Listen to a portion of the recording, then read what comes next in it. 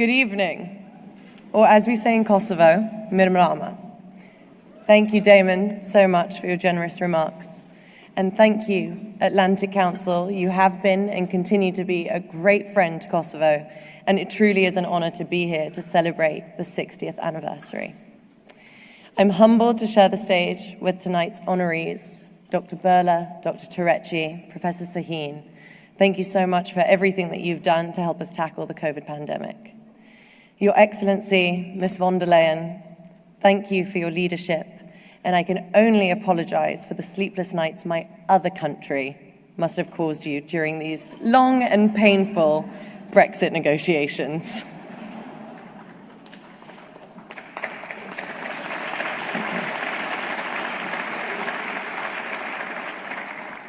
I stand before you as a child of Kosovo, who was born and raised in the United Kingdom and is here today as a guest of the United States. I come from a place most of you will have heard of, but perhaps not in the way I'm about to describe. I want to share with you a little bit about my Kosovo. Kosovans love to party, which is no surprise, perhaps as 50% of the population is under 25 years old. I'm officially old in Kosovo. I heard a story recently about a visitor that went to Pristina, the capital city of Kosovo, being kept awake until the small hours by a lively crowd at a bar opposite her hotel. The next morning, she asked the reception what the occasion was, and they said, that was just a Monday. Pristina has a wonderful cafe culture. Forget grabbing coffee on the go, dress sharp, pull up a seat, and watch the world go by. It's very European. For a small country, Kosovo is bursting with creativity, and I could reel off examples, but here are just a few. Hive, a beautiful Kosovan film, took 3 major awards at this year's Sundance. Watch out for it at the Oscars. Pristina will also host Manifesta next year, which is a contemporary art and culture biennale, and that will see the city overtaken with public art exhibitions and installations. And journalists from highly respected publications speculate on what must be in the water to produce so many successful music artists.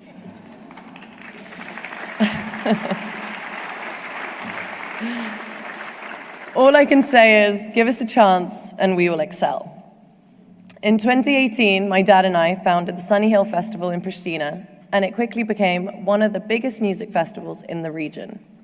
It's been a lifelong dream of ours to bring artists to Kosovo, not just so fans can see their favorite bands, but so that the visiting bands can experience our own brilliant and diverse music scene. The second part of our dream will soon become reality, and I couldn't be more excited to share our plans for the Sunny Hill Foundation with you. We've signed an MOU to create the Sunny Hill Arts and Innovation Center in Pristina, and we very much hope that work will start next summer. Thank you. It will be a creative space where young people can learn about music production and performance. For those who want to break into the industry, there will be workshops run by visiting artists and producers from all over the world who will share what they've learned. And for others, the center will be a place to build confidence, learn some skills, and most importantly of all, have some fun. The first concert I ever went to was Method Man and Redman.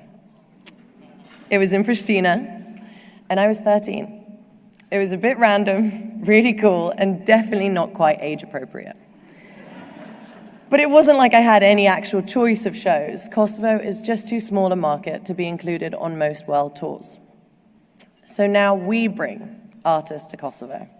And without exception, everyone that we've invited to perform at the Sunny Hill Festival, from Miley Cyrus to Calvin Harris, is just blown away by the whole experience. They say it's one of the best shows they've ever done, as the energy is so roaring, the audience so present, and the welcome so sincere.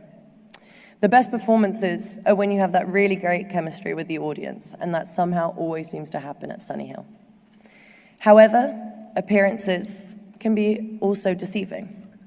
In many ways, life in Kosovo is tough, and it undeniably bears the scars of years of war. Even for those who mercifully escaped the war, it nonetheless leaves its legacy. My parents left Kosovo in 1992 as tensions were rising.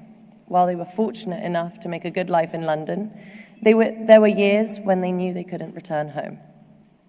That must have caused a pain I can only imagine. Sometimes when I talk to my parents about this time, they can speak for hours, and other times it's just too exhausting, and they say they feel they've lived through 300 years. For me, having this dual identity has actually been really positive. I'm always flattered when people comment on what they call my immigrant work ethic. It's true, it's a gift that's been passed down the generations. But even with a determined and bold national spirit, it takes time to recover and find a new footing. Today, Kosovo still faces many challenges, and often it's the young generation who bear the brunt of it. Young people struggle to find work, and their opportunities are hampered by restrictions that make it difficult to travel for work or pleasure. After we fulfilled all the criteria, the European Commission actually recommended visa liberalization for Kosovo for more than 3 years ago. So do you think we could get that done now, or?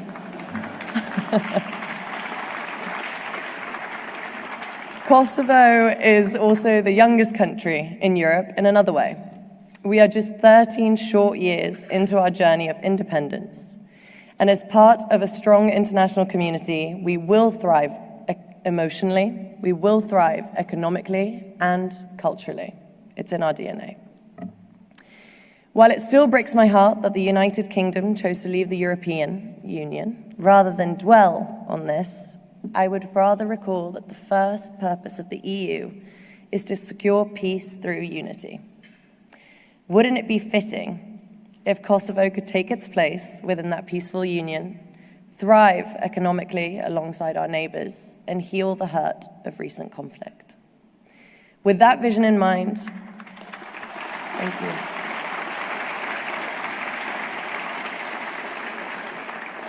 With that vision in mind, I accept this award with gratitude for all the young people of Kosovo, and to receive it on their behalf,